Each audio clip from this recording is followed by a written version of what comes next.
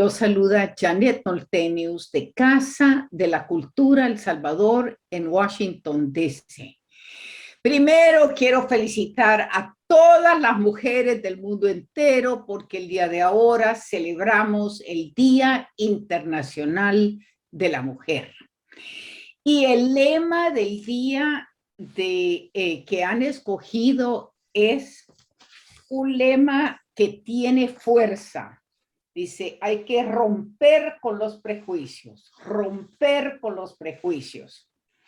El Día Internacional de la Mujer tiene toda una historia. Hay veces, en algunos lugares que busqué en el internet, dicen que comenzó en Nueva Zelanda.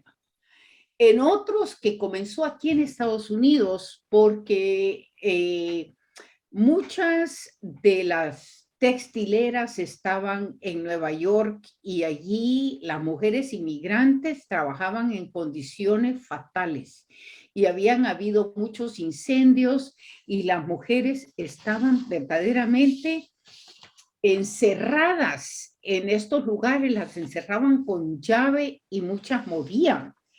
Y estamos hablando que en 1908 miles de mujeres se fueron a las calles en Nueva York. ¿Por qué?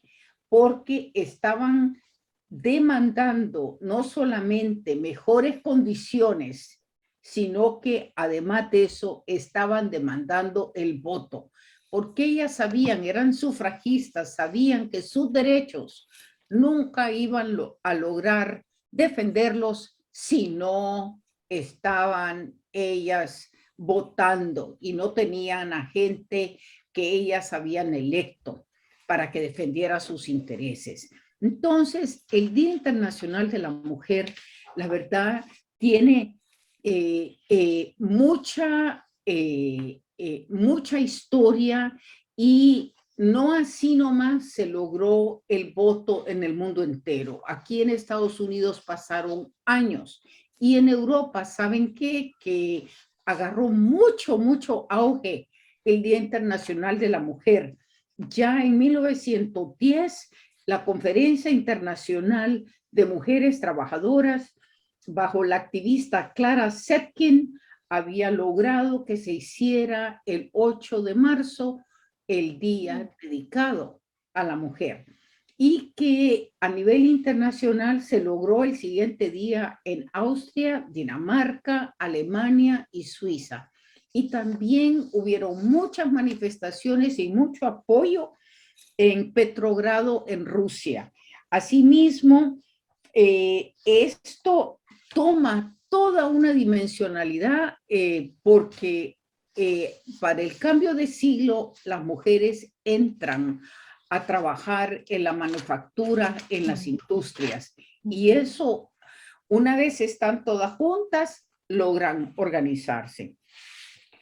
Pero fíjense que también el día de ahora, lo importante es cómo nosotros en nuestro querido El Salvador, en nuestro pequeño territorio, tuvimos una mujer maravillosa que estamos celebrando el día de ahora, especialmente Prudencia Ayala, que nace en 1885 de una madre pobre en una choza que no logra más que llegar al segundo grado porque su mamá, que era costurera, no podía pagar los costos de mandarla a la escuela.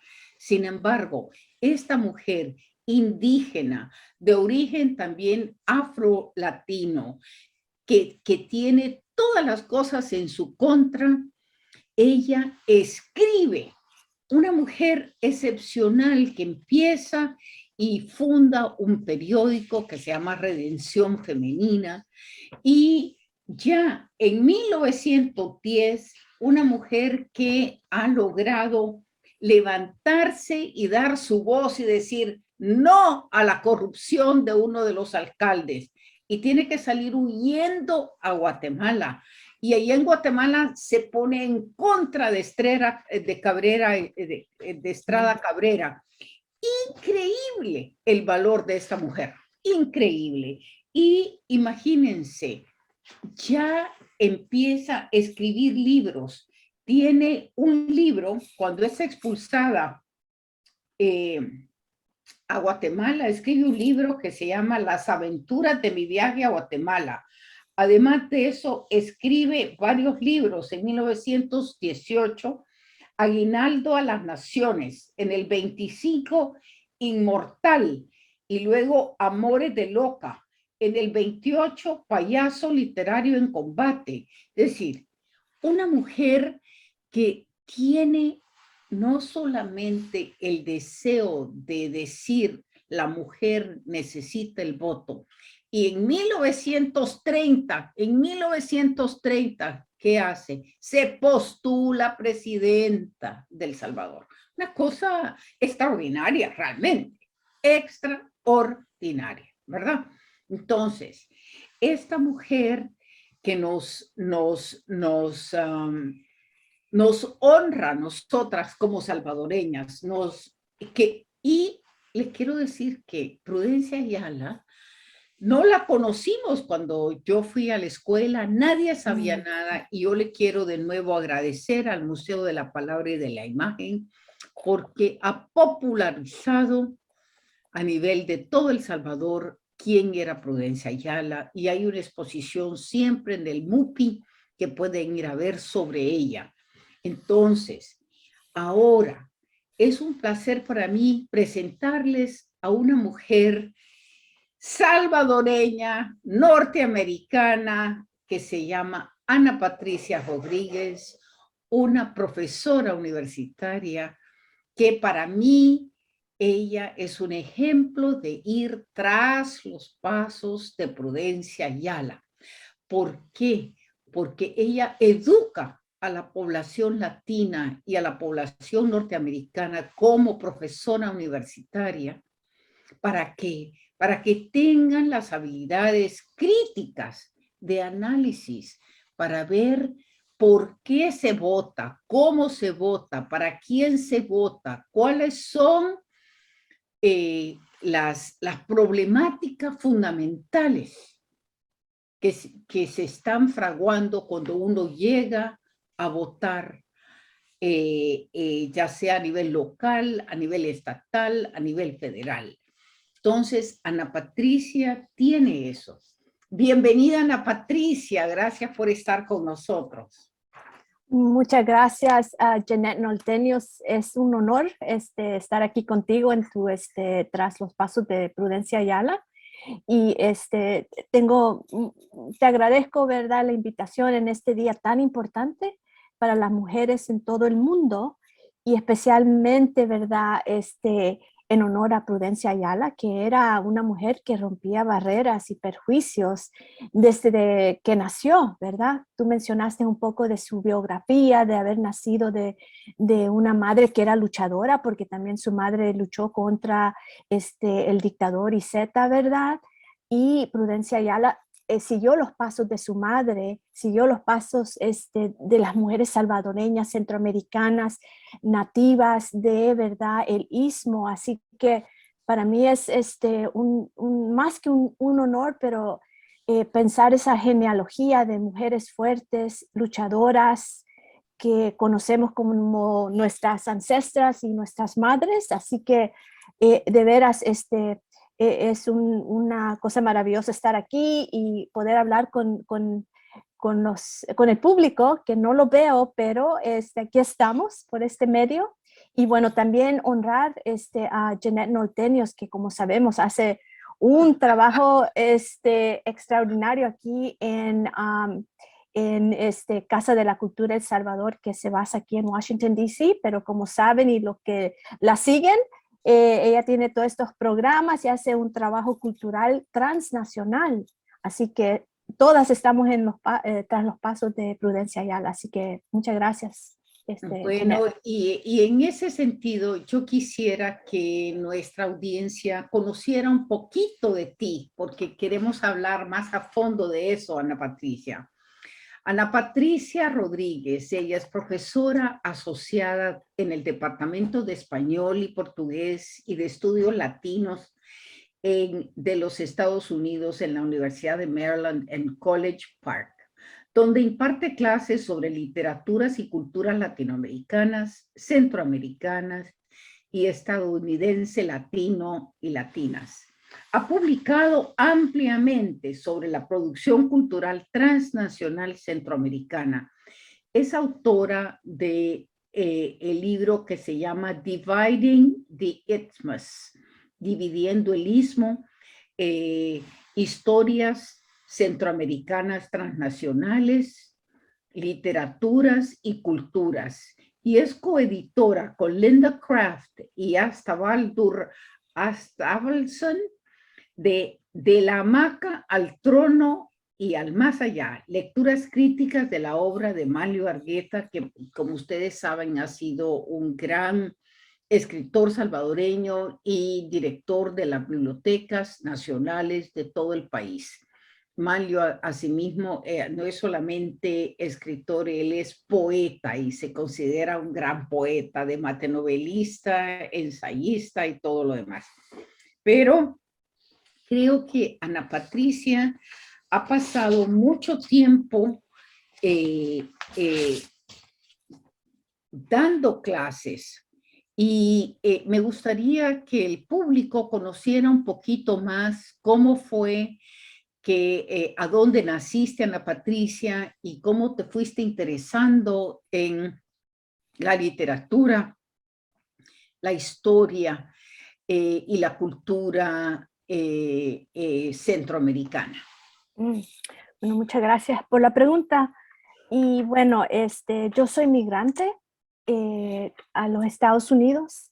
Mis papás inmigraron a California, al área de San Francisco, mi papá en 1968 y mi mamá y mi hermana y yo el año siguiente, en 1969. Así que somos parte de una migración más temprana que la de la guerra, ¿verdad? Pero ya San Francisco, como muchos saben, había tenido migración de Centroamérica desde el siglo XIX por la producción cafetalera. Las compañías, las sedes de las compañías cafetaleras estaban en esa ciudad. Así que se había formado ya un enclave de personas centroamericanas, salvadoreñas y nicaragüenses, en ese entonces una población grande de latinos, entre mexicanos y otros, ¿verdad? Así que en ese tiempo mi papá decidió emigrar y básicamente, ¿verdad? Por razones de trabajo.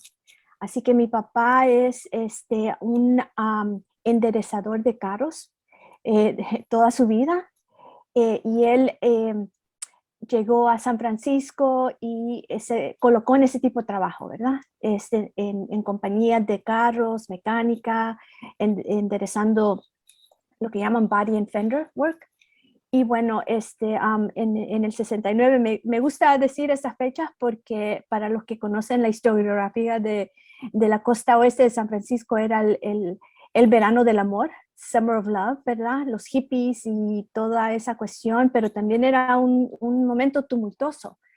Los movimientos sociales de los mexicoamericanos, de los afroamericanos, estamos hablando de toda esa organización social o movimientos sociales de los 60, 68, después del asesinato de Martin Luther King. Así que eran momentos interesantes para uno criarse en ese ambiente. Y eso creo que me ayudó a formar lo que digo yo en base al testimonio de Rigoberta Menchú. Lo que me dio mi conciencia era vivir en esos tiempos en una familia migrante, donde siempre estábamos conectados obviamente con la familia en El Salvador. Y mi formación académica siempre ha sido una cuestión personal y profesional, ¿verdad? O sea, no se puede separar lo personal de lo profesional. Cuando ocurre, cuando son los 80s, bueno, ¿verdad? nosotros estábamos en este otro país, pero siempre al tanto de lo que estaba pasando, porque ahí vivían nuestros abuelos, primos, etcétera, y empezaron a emigrar los primos mayores que yo, pero jóvenes, ¿sí? Eh, y, eh, y bueno, ¿verdad? Eso me concientizaba bastante y ya para eso yo ya estaba como al final de la secundaria y al principio ya de los estudios universitarios. Estudié toda mi educación del kinder a posgrado en el norte de California.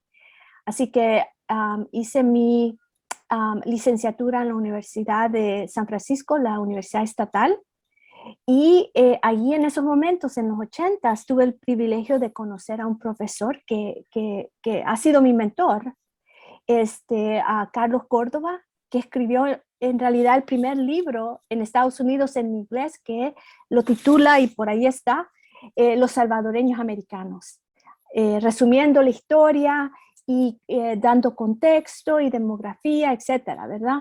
Así que eso me ayudó a como formar un conocimiento más académico, ¿ok? Y también al final de mis estudios universitarios de licenciatura, recuerden que eso es en los 80s, ¿verdad?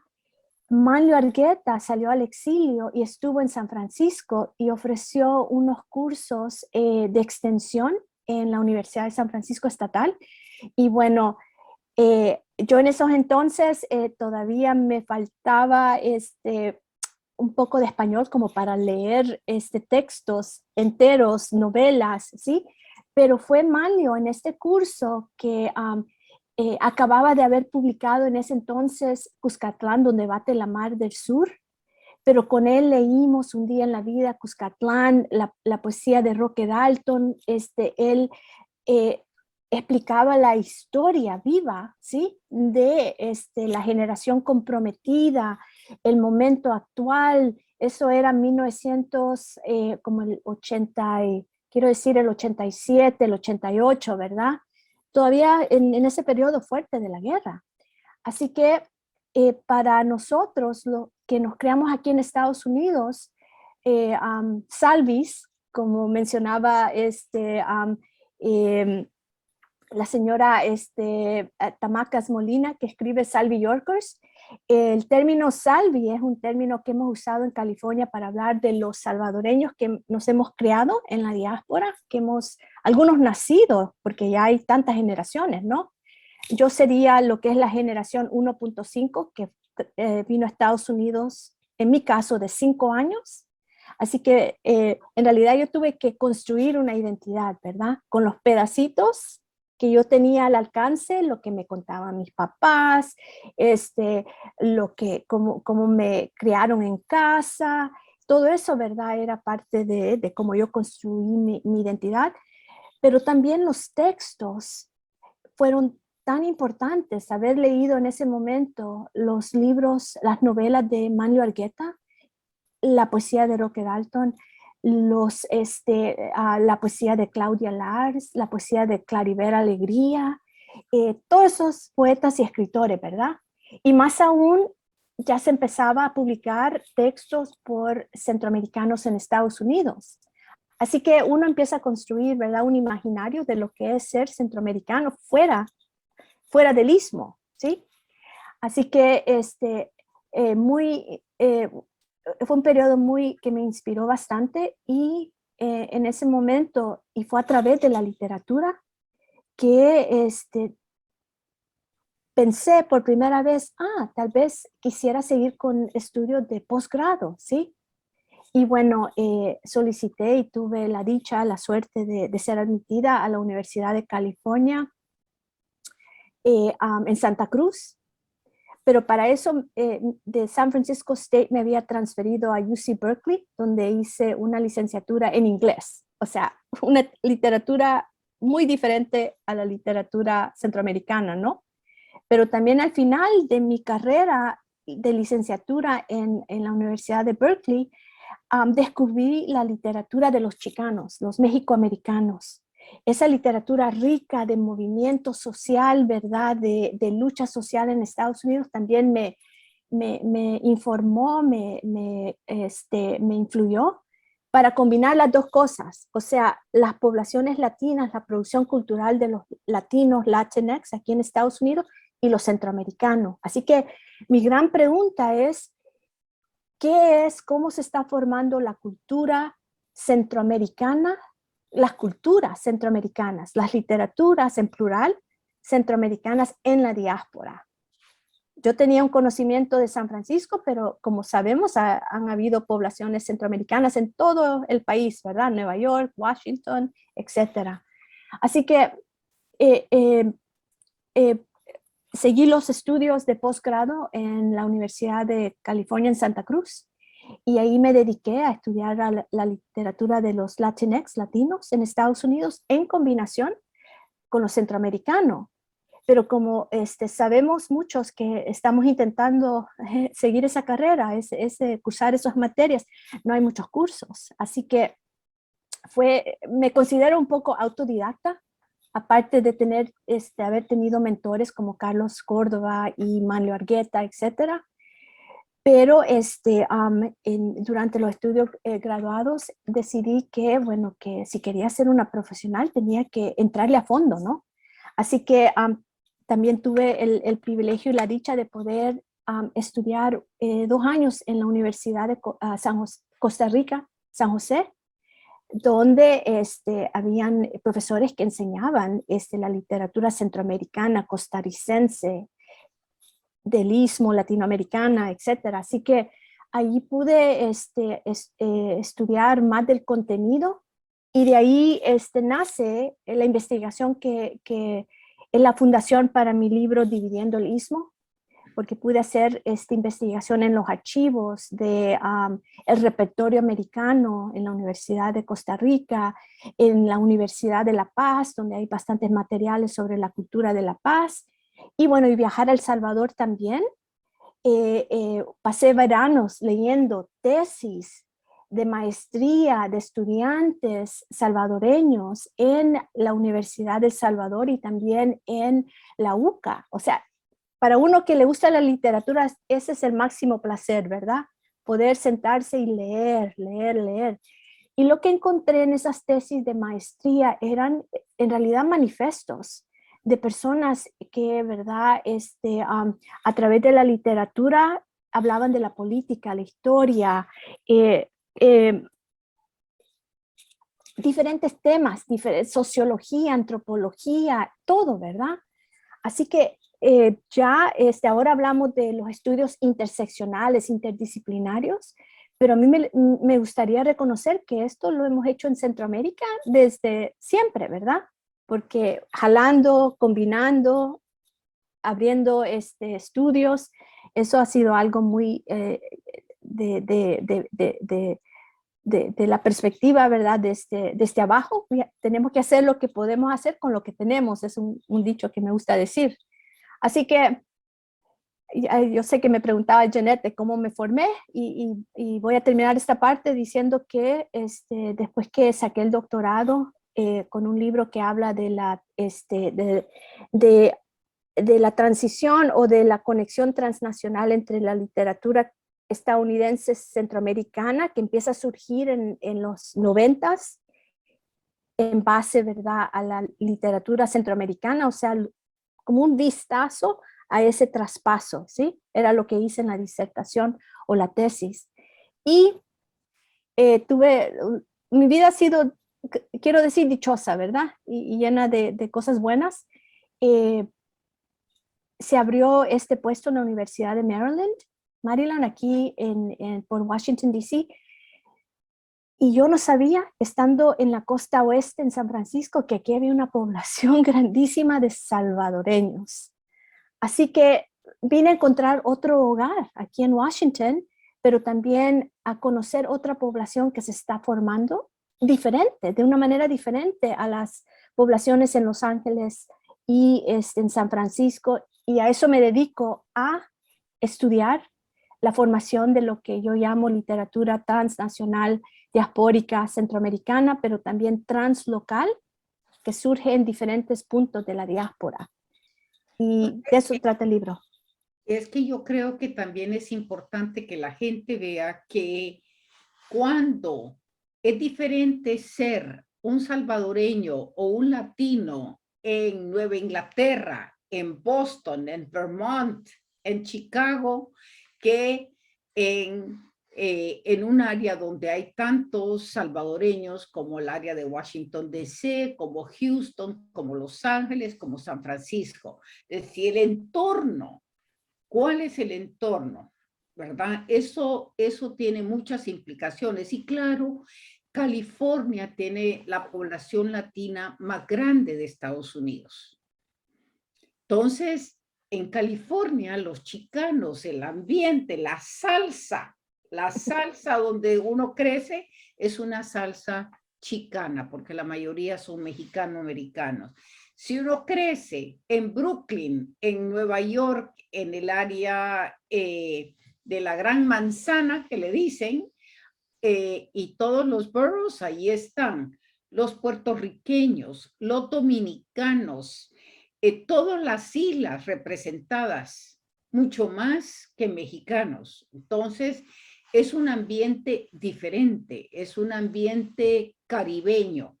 Entonces, los salvadoreños entramos en diferentes maneras dependiendo de dónde hemos crecido aquí, ¿no? Entonces, yo creo que eso para comenzar es un reto, ¿verdad?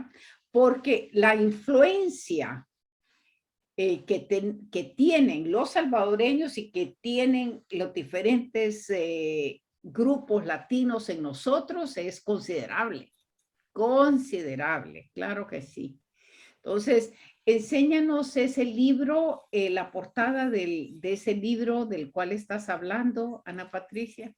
Esta es la portada de mi primer libro, Dividiendo el Istmo, y como ven, ¿verdad? Tiene el mapa del istmo y el libro tiene, en diferentes capítulos veo diferentes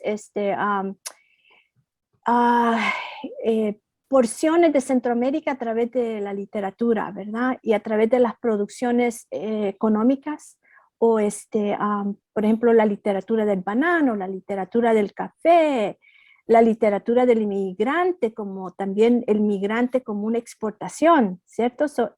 En realidad un estudio económico, pero geográfico y cultural. Y así veo diferentes partes de la cultura centroamericana. ¿Y Sí. ese libro dónde se puede conseguir? ¿En Amazon? Se puede conseguir en Amazon. También es publicado por la Universidad de Texas, Austin. Se puede conseguir a través del sitio web de la Universidad de Texas. Pero sí, en Amazon se puede poner una orden y está en pasta dura, pero también en pasta suave. Y sí, y siempre me pueden contactar y yo mando capítulos también. Bueno, yo creo también, Ana Patricia, que la gente no se da cuenta que el tomar interés en Centroamérica y en El Salvador y estar en un ambiente académico que no es fácil porque la mayoría de los profesores no son centroamericanos. Si nos puede dar esa visión de que no hay profesores académicos centroamericanos y qué significa eso para el estudiante.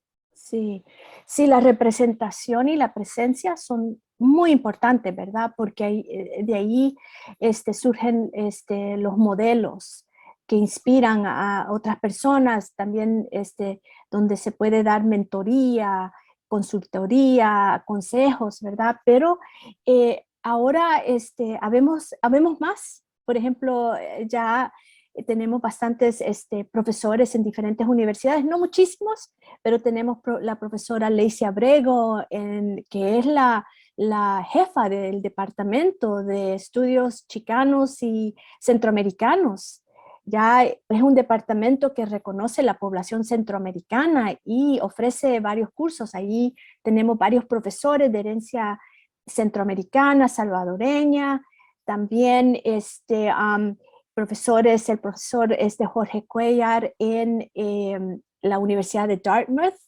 o el College de Dartmouth, ahí más arriba, ¿verdad? En la costa este. Habemos varios, ¿verdad? Inclusive, ¿verdad? El profesor Héctor Lindo, que se acaba de jubilar hace unos años, pero tenemos la profesora Stephanie Hueso, que está creo que en educación, en Fordham Universidad. Así que, la profesora Esther Trujillo en Chicago, la profesora Yajaira Padilla en Arkansas, la Universidad de Arkansas, imagínense, ¿verdad? Porque creo que se está reconociendo que el campo de la cultura y literatura centroamericana aquí en Estados Unidos también es parte de lo que se llama, ¿verdad?, la población latina, Latinx. Pero, ¿verdad?, ha sido un acontecimiento que no tiene, bueno, que necesita más y ahora está creciendo, ¿no? Pero es súper importante tener personas de diferentes grupos, herencias, porque tenemos jóvenes, ¿verdad? Que necesitan modelos, necesitan conocer la materia, ¿verdad? Y uno, ¿verdad? Creo que trae cierto tú llamaste a esta charla compromiso, ¿verdad? Compromiso con la historia, compromiso con los antepasados, compromiso con Centroamérica. Yo creo que es importante de dónde uno viene para darle, ¿verdad?, ese trasfondo, esa experiencia, para validar la presencia de los centroamericanos. Es importante tener centroamericanos. Claro, y lo que es importante también es que no nuestra audiencia se dé cuenta en El Salvador que no es fácil ser salvadoreño aquí, que no es fácil centroamericano, que hay que, como tú dices, en una manera has tenido que abrir camino, abrir brecha, has sido una pionera en este campo, ¿verdad? En el campo de la validación y el entender una cultura a través de la literatura que se escribe en los países de origen.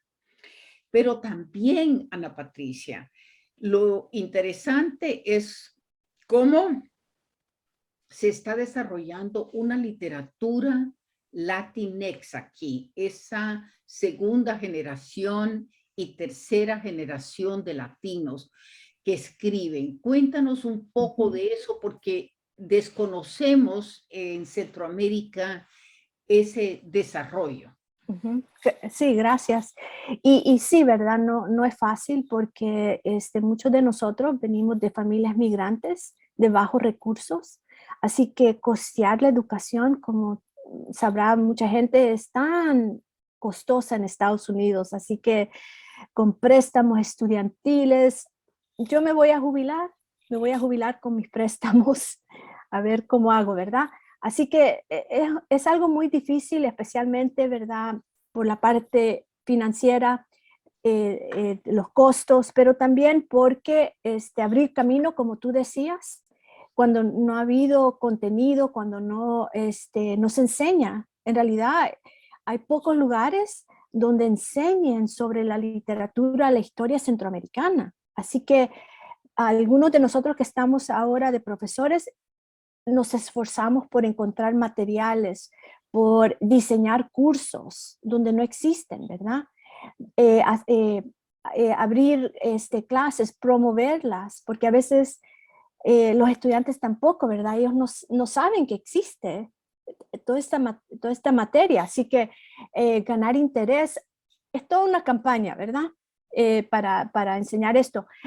Pero la otra parte de la pregunta es la literatura estadounidense centroamericana, o sea, de la diáspora. Tenemos ya un corpus de literatura, así como hay literatura chicana de mexicoamericanos. literatura boricua, literatura de cubanos americanos, literatura de dominicano americanos, textos literarios, poesía, performance, spoken word, de todo, ¿verdad? Hay de todo, y también los críticos que están analizando estas literaturas. En el contexto de Centroamérica tenemos, y como es el Día Internacional de las Mujeres, voy a enfatizar, ¿verdad?, la presencia poética, artística de las mujeres. Una de mis mentoras que conoce Janet Martibón Galindo, pintora salvadoreña que vive en San Francisco, pinta monográficos, ¿verdad?, lindísimos, con el enfoque en la mujer, ¿sí? Pero tenemos pintoras que usan las artes plásticas, por ejemplo, la escultora y productora de instalaciones Beatriz Cortés de Los Ángeles, fabuloso trabajo, ¿verdad? Muriel Hasbun, con su fotografía multimedios, ¿verdad? Acabamos de estar estudiando su trabajo en mi clase y hablando de las herencias palestinas, judías en El Salvador y cómo, ¿verdad?, su arte representa esa diversidad de identidades, pero también, ¿verdad?, los traumas que se crean en la historia. Y luego, ¿verdad?, también tenemos a Frida Larios, nuestra muralista aquí en el área, que se inspira con el arte y la escritura, epigrafía maya. También tenemos poetas, yo creo que algunas personas conocen el trabajo de Jessica Salgado, que escribe poesía que es no se goza con esa poesía, ¿verdad? Y también hay poemas muy profundos, obviamente.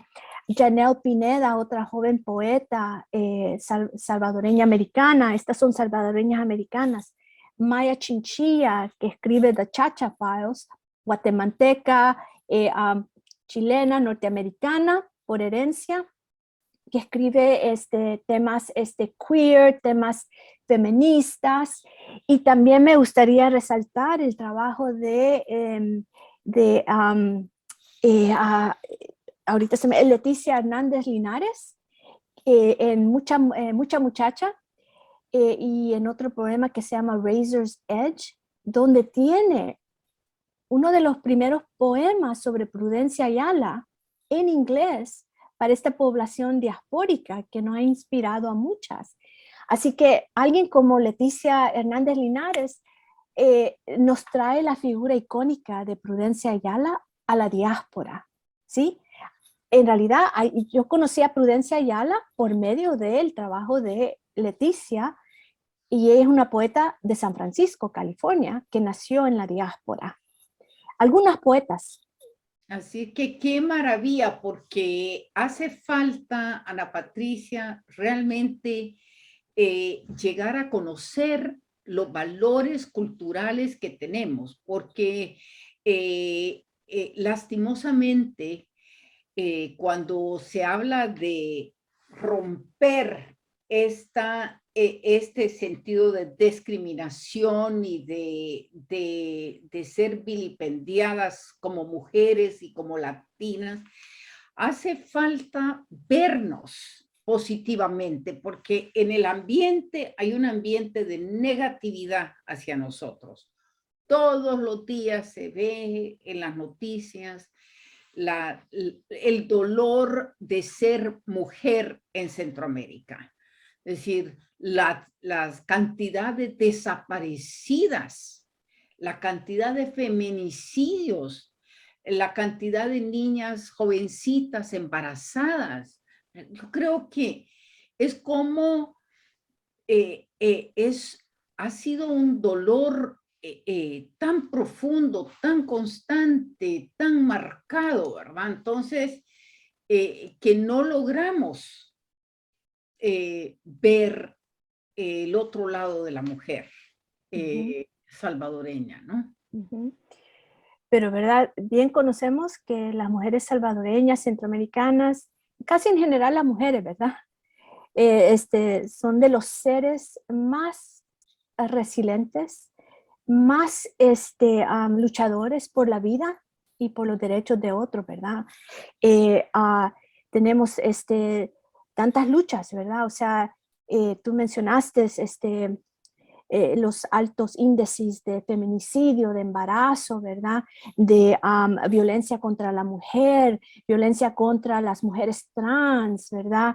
Los hombres trans, todo eso que, ¿verdad? Surge y es apoyado por el heteropatriarcado normativo, ¿verdad?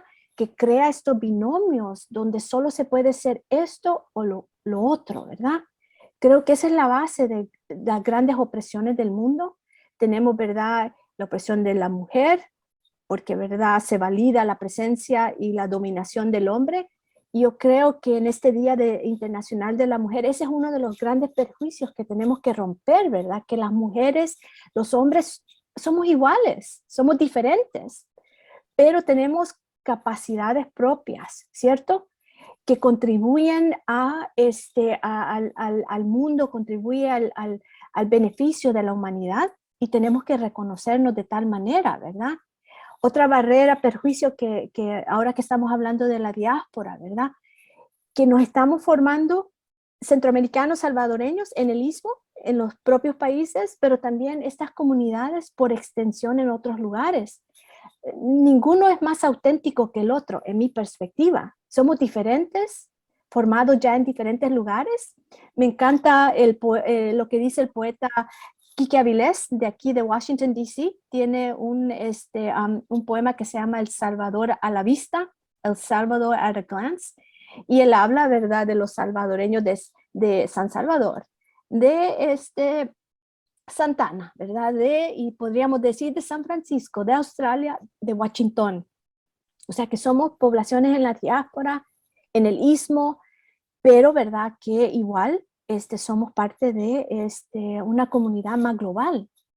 Y ahí se está rompiendo un perjuicio, una barrera, ¿verdad? Claro, claro. Ajá.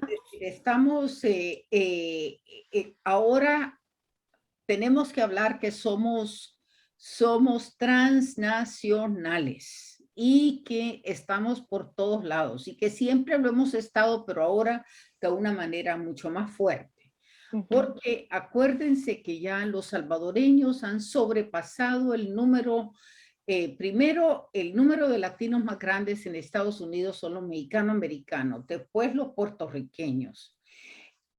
Después eran los cubanoamericanos, pero ahora nosotros somos el número 13, el número más, somos los terceros en población, ¿verdad?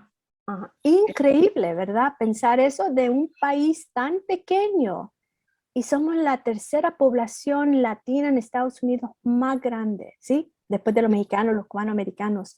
¿Y por qué? Y la gran pregunta, ¿por qué seguimos siendo tan invisibilizados? El doctor Arturo Arias ha escrito bastante sobre la invisibilización como un verbo, ¿verdad? O sea que hay procesos que hacen invisible a esta población que contribuye tanto en términos de fuerza de labor, en términos, ¿verdad?, de bueno, aparte de lo material, la producción de remesas al país, ¿verdad? Okay. Acá en números, pero también tenemos que pensar en términos de contribuciones culturales, producción cultural, producción intelectual, ¿verdad? Es increíble, ¿verdad? Creo que los salvadoreños, los centroamericanos somos tan, no sé si la palabra existe en español, ingeniosos, ingenious. Sí, Si no ingenioso. existe, si no existe algo, lo inventamos, como dice Roque Dalton, lo hacemos todo y producimos, ¿verdad? Así Claro. que hay que dar crédito a esa población por ser tan así, ¿verdad? Mira, Ana Patricia, hablando de gente que está con nosotros, quería decirte que nombrar algunas de las personas que tenemos el placer de tener, que te están oyendo.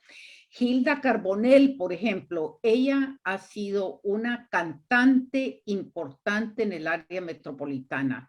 Ella trae la cultura salvadoreña y la cultura latina a la luz y lo ha hecho con un gusto y un placer que nos da a todos. Así es que gracias por estar con nosotros. Nancy Rodríguez, Ivonne Rivera nos dice, orgullo salvadoreño, Ana Patricia Rodríguez. Mauricio Marciano, Tili Perdomo, Karina Enríquez, Herbert Erquicia, Juan Felipe Bucio Borja nos está viendo, Connie Elías nos está viendo desde El Salvador, Blanca Cedillos, ella nos está viendo desde el área de Washington, dice Ana Patricia, qué gusto verte, Juan, aunque sea por este medio, nos hemos conocido en eventos de Casa de la Cultura El Salvador y siempre te he tenido en alto concepto, sigue adelante, que continúen tus logros, así es. Gracias. ¿Verdad? Gracias, gracias por estar con nosotros, Blanca. Ana María Delgado es otra mujer muy importante en la comunidad nuestra, que dedicó prácticamente 25 años a Carecen, y tú también has estado en la junta directiva de Carecen, es decir, que además de ser una académica, has tenido un compromiso con la comunidad. Y ese compromiso con la comunidad ha sido básico, es decir, yo quiero que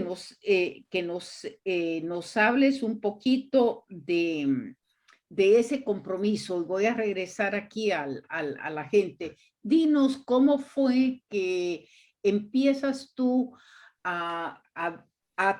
para mí eres una pionera en decir la universidad para el cambio social, la universidad para el desarrollo de la comunidad, que esa es una de las funciones de la universidad. Totalmente, ¿verdad? O sea, la práctica, yo lo llamo la práctica, y en el contexto académico a veces no es valorada. La práctica comunitaria, lo que aquí llaman community engaged work, trabajo de comunidad de base, ¿sí? Pero yo creo que en especial, si uno conoce la historia salvadoreña, uno sabe que, ¿verdad?, hay una fuerte base de trabajo de base de comunidades, ¿cierto? Uno de mis grandes héroes, como para mucha gente, es San Romero, ¿verdad?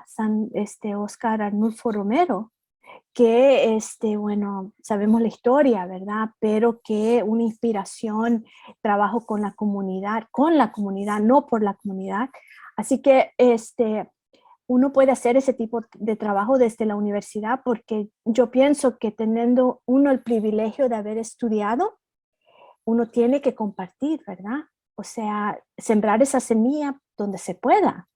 Así que he tenido otra oportunidad dicha en la universidad, que bueno, a veces me llamo freelance, porque donde haya una necesidad, busco cómo, ¿verdad?, hacer algo. Así que en los años que he estado en la universidad he trabajado, aparte de trabajar con estudiantes y hacer mentoría y toda la cuestión, pero también trabajar con la comunidad en tiempos antes del COVID, y ahorita este programa está como parado.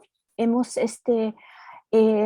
organizado y fundado un programa en unas escuelas donde enseñamos inglés a mamás, básicamente mamás, y muchas de ellas son centroamericanas.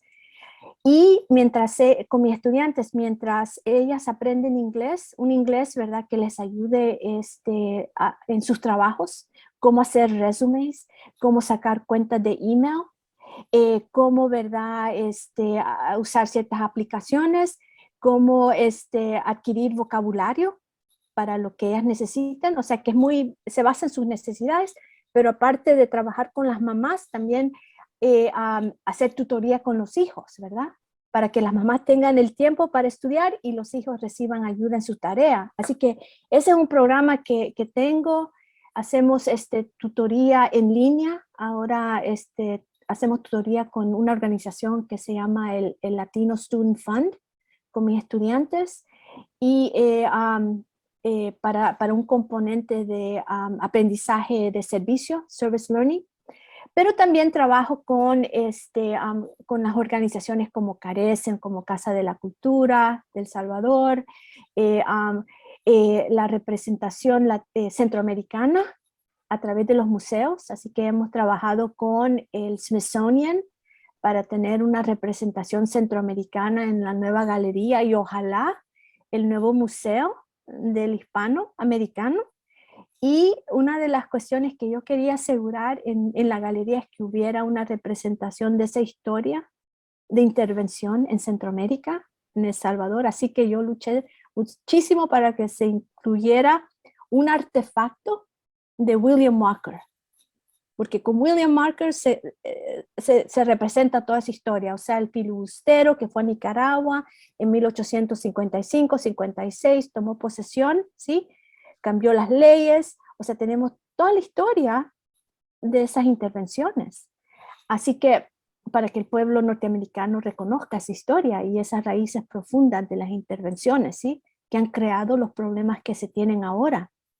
Hemos trabajado con madres migrantes, llenando formularios. He sido voluntaria en el centro de detención Dilley, ayudando a las madres, porque allí antes de COVID, ¿verdad?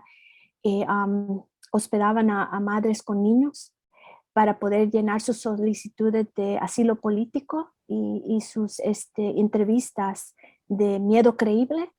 Así que hay tantas necesidades, ¿verdad? Y no creo, o sea, yo creo que los académicos tenemos una responsabilidad.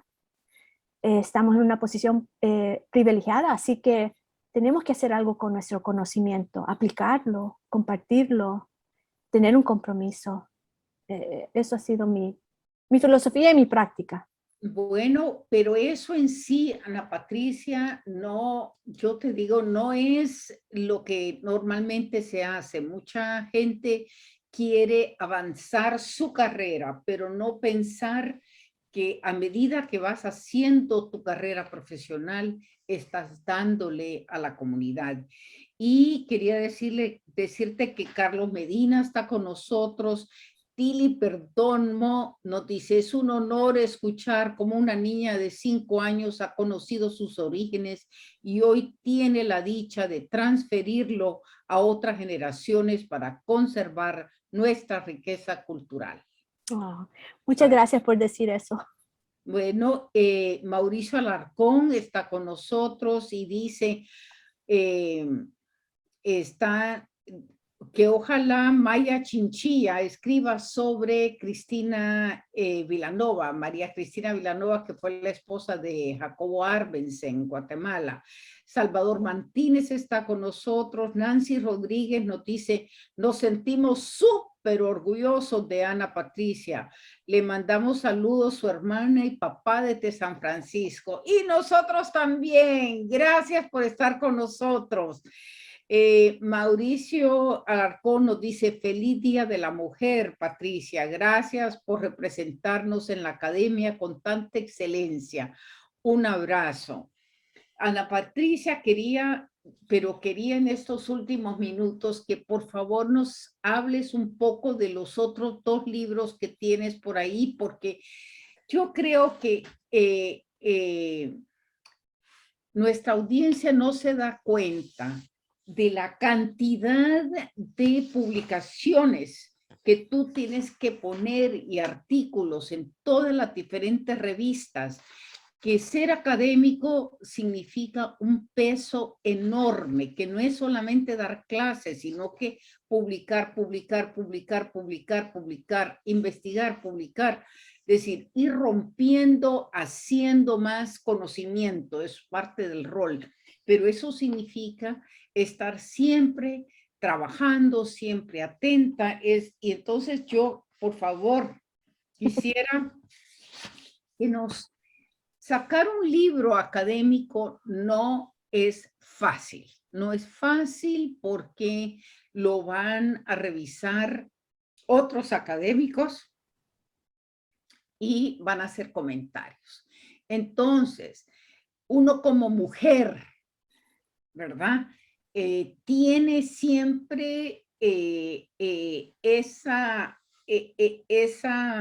espada de Damocles, que creen que no va a dar el ancho, que no va a ser bueno, que no, porque son los prejuicios, ¿verdad? Contra la mujer en cualquier campo. Entonces, nosotros nos sentimos muy honradas de esos libros, así es que, por favor, habla de los libros si puedes.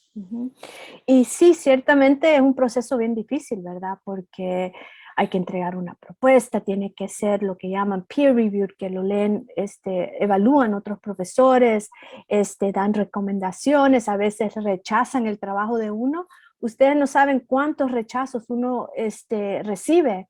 O sea, uno escribe un artículo, un libro para que los evaluadores digan no está listo para publicar. Y las horas, años, este libro me tomó como 10 años terminar, ¿verdad? Porque uno no quiere sacar algo que no sea bueno, ¿verdad? O sustancial. Así que, y bueno, y trabajar en la universidad no es opción, escribir libros y hacer investigación. Para las universidades como la Universidad de Maryland, lo que llaman Research One, o sea, de investigación, el criterio número 1 es la producción investigativa y estos procesos de evaluación. Así que ahora estoy preparando 2 libros y uno que los dos, o sea, han sido trabajos de muchos años. Uno tiene que ver con lo que se llama la postmemoria. Recuerden que yo hablé de que los que somos de la diáspora, la memoria es una construcción, ¿verdad? O sea, no es una, no nos meten la memoria y ahí está y se la damos a otra gente, ¿verdad? Se construye en base a los pedazos, a lo que nos cuentan la gente, a lo que leemos, etc. Así que uno de los libros se llama Same Story, Different Endings, la postmemoria en la diáspora centroamericana, y se enfoca en textos de la diáspora, de escritores diaspóricos guatemaltecos y salvadoreños que pasaron periodos de crisis y de guerras, ¿verdad? O sea, conflicto. Pero en ese libro analizo, ¿verdad?, la construcción de memoria de Centroamérica por parte de escritores de la diáspora. O sea, nosotros construyendo memoria histórica, cultural, de Centroamérica a través de los textos literarios que se producen aquí con los elementos que tenemos. Así que ese es un libro, está en proceso, ojalá que salga en unos cuantos años, porque esto toma un gran montón de tiempo, pero otro libro que sí ya tiene contrato y que estoy bien entusiasmada, es un libro, y si alguien tiene comentario, lo invito. Se titula por ahora Sueños Aguacateros, Avocado Aguacatero Dreams. La imaginación literaria de Washington, D.C. o del DMV, D.C., Maryland, Virginia, o sea, de esta zona. En ese libro estoy viendo la producción artística literaria de algunos escritores en esta zona, ¿verdad? Cómo ellos construyen una literatura del DMV, o sea, creada por diaspóricos del DC Metro, ¿sí? Y le pongo aguacatero Dreams y he hecho un gran montón de investigación sobre la historia del aguacate, ¿ok? Y el aguacate tiene diferentes como orígenes, y uno de los mitos es que en realidad el aguacate, bueno, sabemos que es muy identificado con México, ¿verdad? La zona azteca, de ahí sale el nombre aguacatl, ¿sí? Lo náhuatl, pero uno de los mitos es que el aguacate origina en el norte, como Aztlán, en el norte del hemisferio, y que viaja, migra. Así que yo uso el aguacate como una metáfora de la inmigración, del movimiento, ¿sí?, de la diáspora, pero también una metáfora de la hibridez, lo mezclado, ¿sí? ¿Ok? Porque el chucho aguacatero de la calle, con la sugerencia porque yo he andado con todo el mundo a preguntarle qué piensa de este término, ¿verdad? Hasta le he preguntado a Janet y ella me recuerda que también el elemento nómada, de movimiento, ¿verdad? Del chucho aguacatero, que no tiene hogar. Y bueno, esa metáfora se convierte, y bueno, me interesa saber qué piensa la gente, porque yo sé que es un término que para algunos es un poco fuerte, pero verdad, esta idea que aguacatero es un trasplante en diferentes lugares de la diáspora salvadoreña. Así que ese libro eh, podría salir el próximo en 2023, pero será uno de los primeros sobre críticos, porque tenemos muchos poetas en el área, ¿sí? Novelas, etcétera, pero una crítica o un estudio de esta producción literaria en esta área es el libro que estoy trabajando ahorita. Bueno, Ana Patricia, muchísimas gracias por ese trabajo extraordinario que estás haciendo, por cómo estás indagando, profundizando y sacando a flote quiénes somos en términos de ese híbrido que dices tú, de las transnacionales, que vivimos en dos lugares al mismo tiempo, casi a la misma hora. Es decir, que es parte de esa supervivencia y flexibilidad que tenemos los salvadoreños. Bueno, y se nos ha acabado el tiempo y quería darte que pudieras decir algunas palabras, lo que tú quieras ahora para nuestro público. Ujú. Bueno, muchas gracias a todos por estar aquí y asistir a estos eventos que organiza Casa de la Cultura El Salvador. Creo que en sí, ¿verdad? Esta programación también nos está enseñando, nos está promoviendo la cultura, así que por favor sintonicen porque los eventos no acaban, o sea, hay tantos toda la semana, ¿verdad? Y también hablamos un poco de Prudencia Ayala y creo que en este Día Internacional de la Mujer recordar que esa mujer, ¿verdad? Que tuvo una educación hasta el segundo grado, que era hija de una mamá también soltera, también ella mamá soltera, ¿verdad? Migrante porque pasó tiempo en exilio en Guatemala, una mujer que rompió barreras, o sea, primera candidata a la presidencia, no solamente en El Salvador, pero en Latinoamérica, en todo el hemisferio, ¿verdad? En 1930, cuando, ¿verdad? El sufragio en El Salvador no se oficializa hasta 1950, imagínense, ¿verdad? Es una precursora. Así que es una modelo para las mujeres en la diáspora, las mujeres en el istmo. Quiero felicitar, ¿verdad? Y reconocer también la labor de las mujeres en El Salvador, que, ¿verdad? Pasando tiempos difíciles, siguen ellas adelante, ¿verdad? Hay tantas mujeres ahora que acaba de haber una marcha, inclusive, ¿verdad? Este fin de semana salieron a marchar contra las leyes antiaborto, reconociendo el feminicidio, la violencia contra la mujer, los trans. Así que hay tanto que Prudencia Ayala es como, ¿verdad? Icónica, pero precursora de los movimientos feministas de mujeres en este momento. Así que es importante reconocer nuestras héroes, ¿cierto?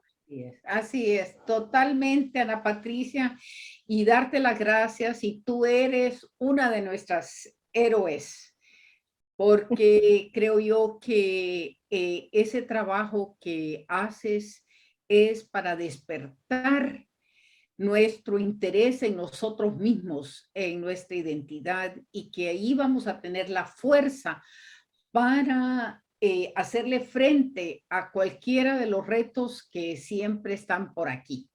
Así que muchísimas gracias, Ana Patricia, muchísimas gracias a todo el público que estuvo con nosotros y muy buenas noches y deseándoles de nuevo un feliz Día Internacional de la Mujer, donde todos los días debemos reconocer el valor de la mujer. Así es que muy buenas noches, muchísimas gracias a todos y estamos siempre aquí en Facebook, síganos. Esta semana tenemos 2 presentaciones más, una jueves y una viernes. Así es que estaremos con ustedes. Buenas noches, muchas gracias, Ana Patricia. Buenas noches, gracias a todos. Gracias.